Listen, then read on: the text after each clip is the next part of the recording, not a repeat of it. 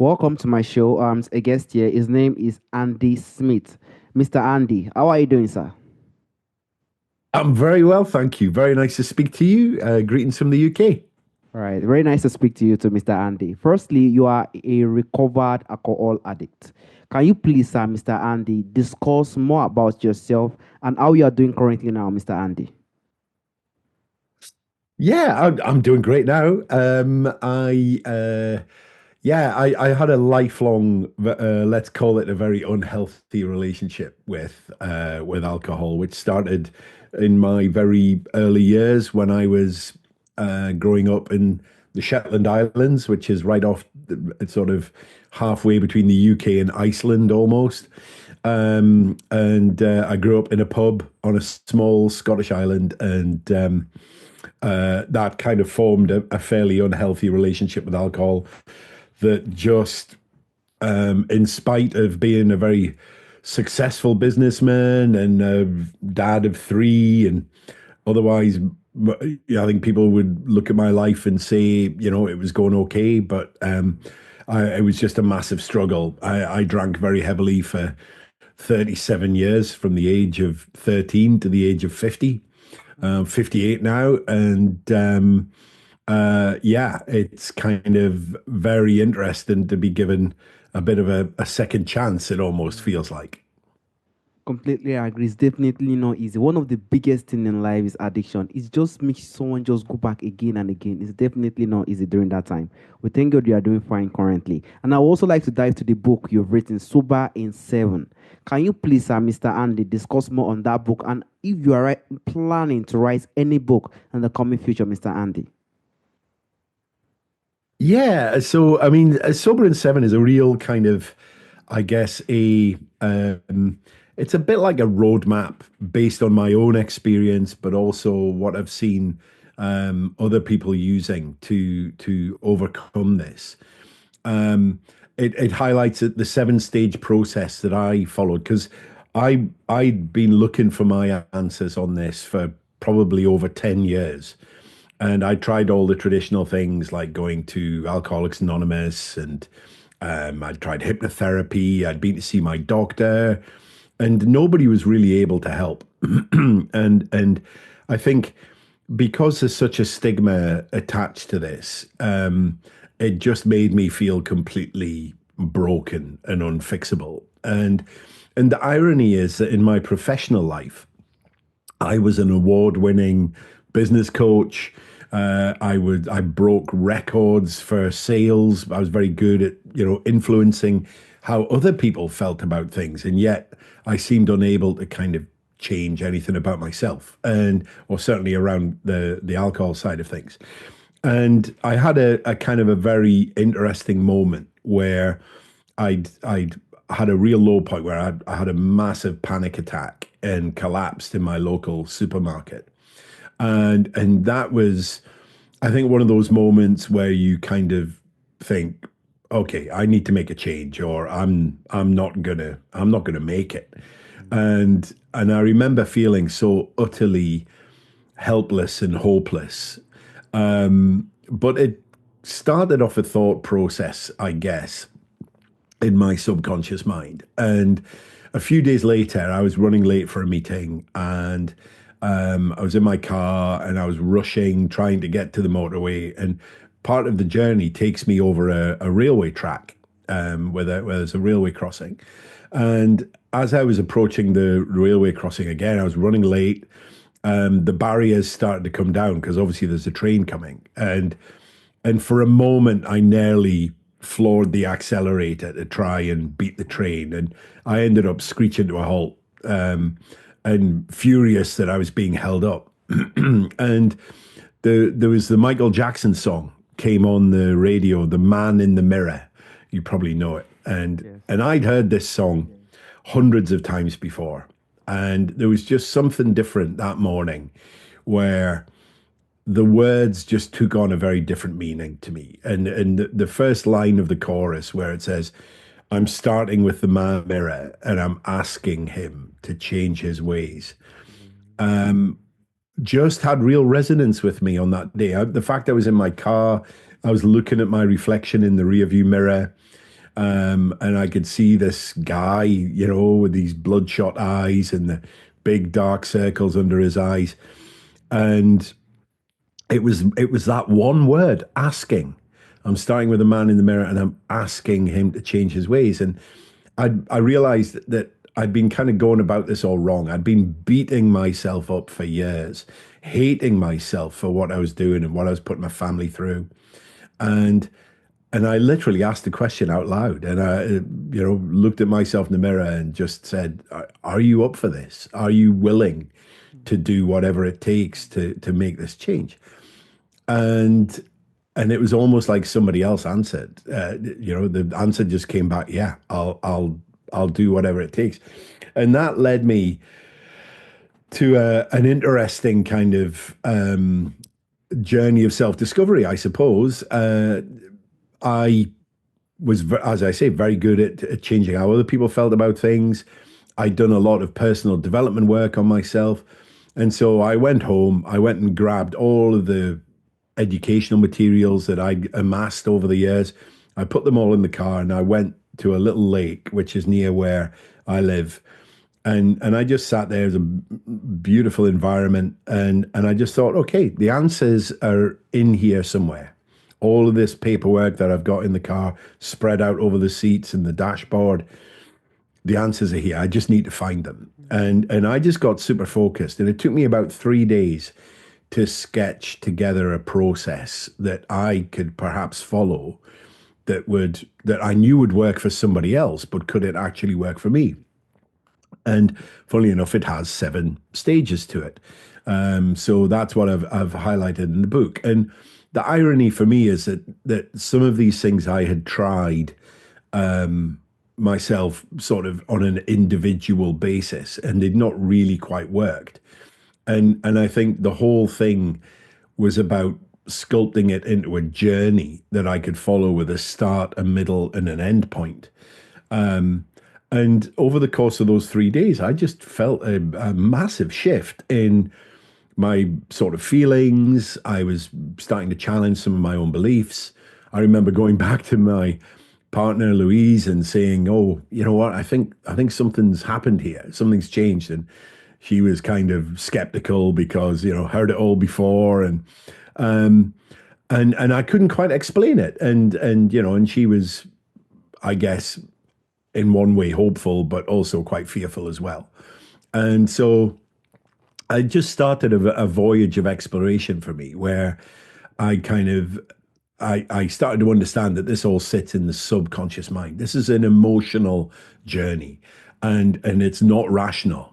To drink alcohol every day and ruin your health and spend all your money on this stuff that makes you feel miserable, makes you hate yourself, makes no sense whatsoever if you kind of say it out loud like that.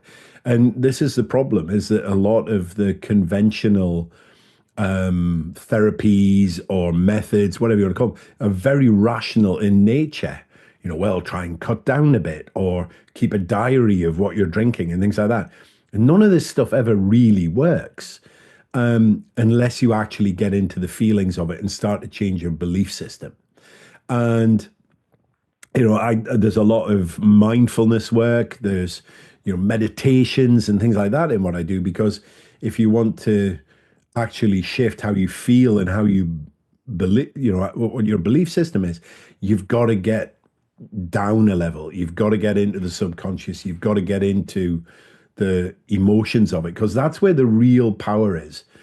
If you can imagine, if you were looking for a new place to live and you'd got a very specific set of criteria about the house or the apartment that you're looking for, number of bedrooms, number of bathrooms, does it have parking or a garage or something like that?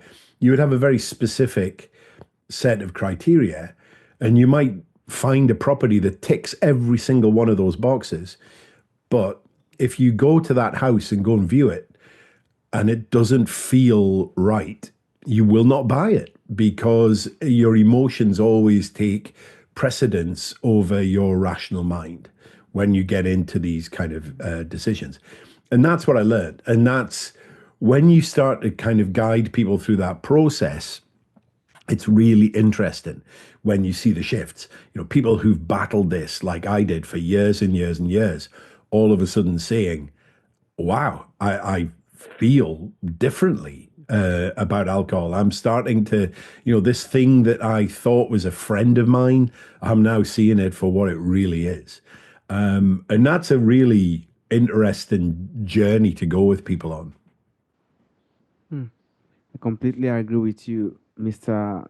Handy. It's definitely not easy. That is also the power of music. Sometimes music can just touch someone's heart in any way.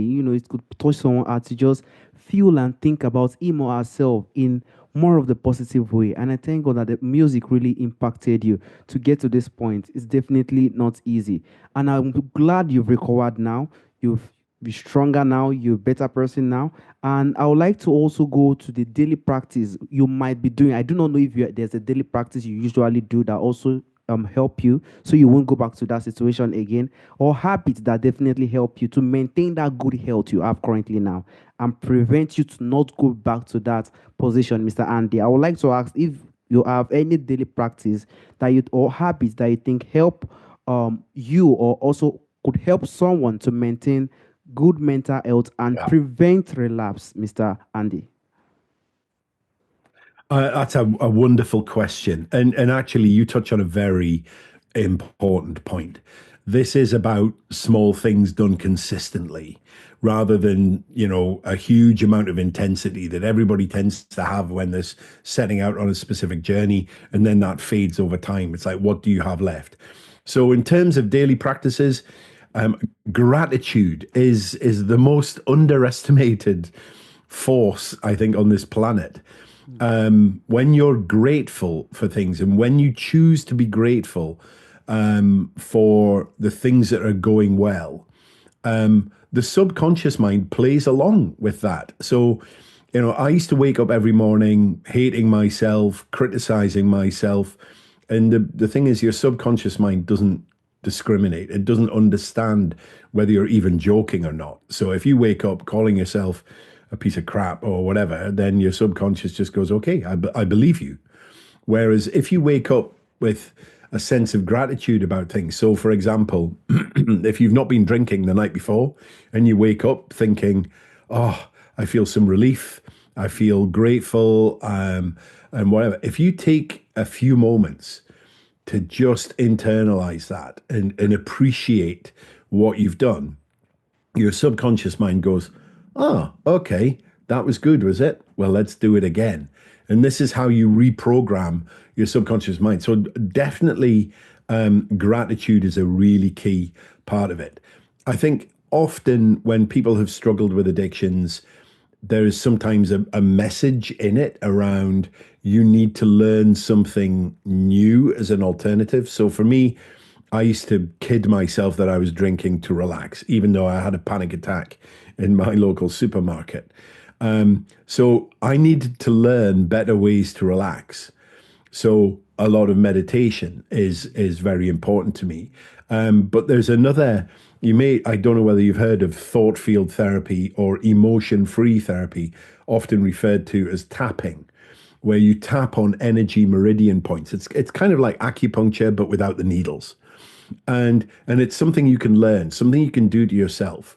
And it's just the most incredible tool. I studied this under the guy who discovered it, Roger Callahan.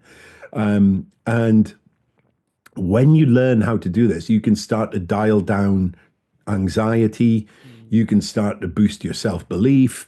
It's okay. amazing for phobias.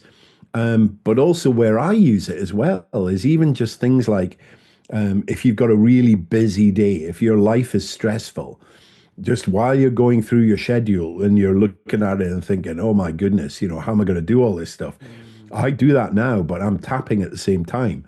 And what I find is I develop this, what I would call like a quiet sort of determination and resilience to just get through it. Rather than it stressing me out or rather than it feeling overwhelming. And I think the ability to ground yourself, the ability to just come back to a natural state when maybe the world is kind of pushing you in a certain direction, I think is a really powerful gift. So gratitude, meditation, finding tools like tapping, that, these things don't take a lot of time.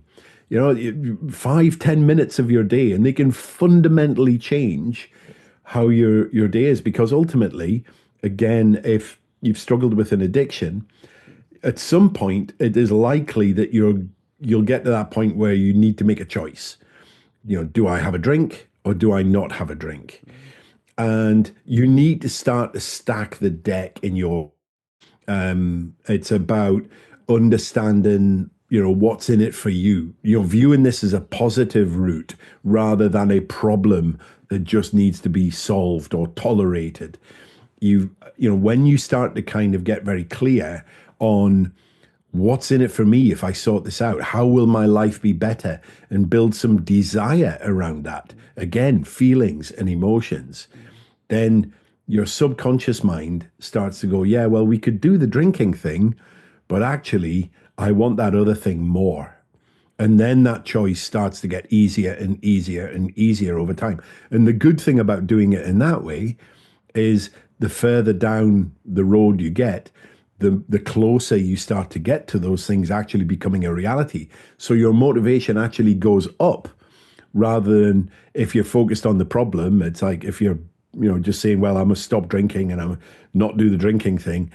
Actually, as a few days go by, your motivation starts to drop away. You think, oh, well, I've done really well at the not drinking thing. I'll treat myself and I'll have a drink. And again, none of this stuff makes any sense when you put it in those terms. But this is how your subconscious plays tricks on you if you've got a dependence and an addiction to something. I completely agree. Gratitude is very, very powerful, Mr. Andy. I thank God. Thank you so much, Mr. Andy. And I would also like to dive lastly to the point of people. I don't know if you have that belief during that time when you were 50 years. It was when you were 50 you started having this recovery. I do not know, maybe you have that belief that I don't think I can get out of this. So some people might be addicted to alcohol today, and they might believe that I don't think I can get out of alcohol. I've been doing this for more than this years. It's not something that I think I could recover from. So I would like to ask if you can say something to someone listening right now that feels like they can never get out to recover from alcohol addiction, Mr. Handy.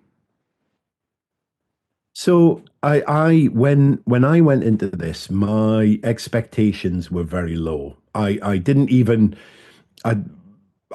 want to give up forever and ever. I knew I was killing myself and I wanted to take a break. And I would say that's when I look back on my journey, I think that was a good thing because I didn't get overwhelmed. It was just, I'm going to take a break. I'm going to get myself a bit of emotional distance from this stuff. And then I will make a decision from a position of strength. So don't get overwhelmed. Don't say that you can never do it again right from the outset. Otherwise, it just becomes forbidden fruit and you want it more.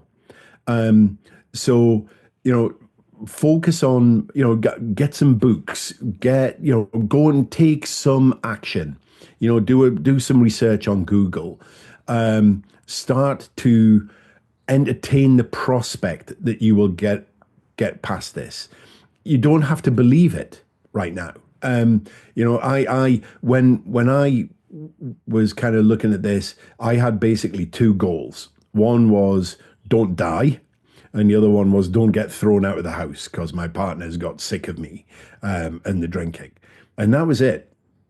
And over time, I've gone on to do some quite extraordinary things. I was deeply unhealthy when I was drinking. I've gone on to ride the course of the Tour de France for a children's charity. I have ridden my bike up Mount Everest to base camp. A few weeks ago, I was riding across the snow in the Arctic. And I do lots of things now for charity, particularly kids' charities, because it's a bit of an antidote to how much I used to hate myself. I feel quite good when I do this kind of stuff. I feel like I'm doing some good in the world, and I help people obviously with addiction as well. And it's kind of reprioritizing that and starting to look after myself. But I would say most of the people that I speak to when I'm having an initial conversation with them on the phone, we're in a situation where I believe in them more than they do because I get to see people getting over this all the time. And no matter how dark it seems, it's it is possible for anybody to get over this. The key thing is to find the thing that is right for you. For example, Alcoholics Anonymous was absolutely not the right thing for me. I it made no sense to me, and I just thought this is awful. But some people love it, and the key thing is to start doing your research. Just do little things and try not to put yourself under too much pressure. Yeah, because it all just starts with a little bit of hope. Well, again, one of the reasons why I do all these sort of challenges and things is I want the people just to, look at me and go, okay, this guy has gone from a very dark place to doing all these nice things now. Because I want to compete against the narrative that is out there that, if you don't drink, your life somehow gets worse. And my experience is that it's the direct opposite. Your life just gets better and better and better.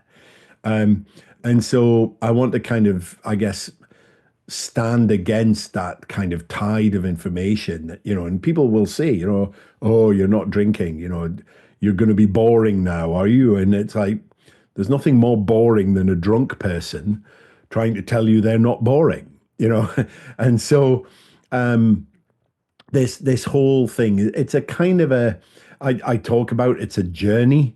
And it's like when I came up with the 7-step process, some of it I had done before, but I'd never turned it into a journey that I could follow.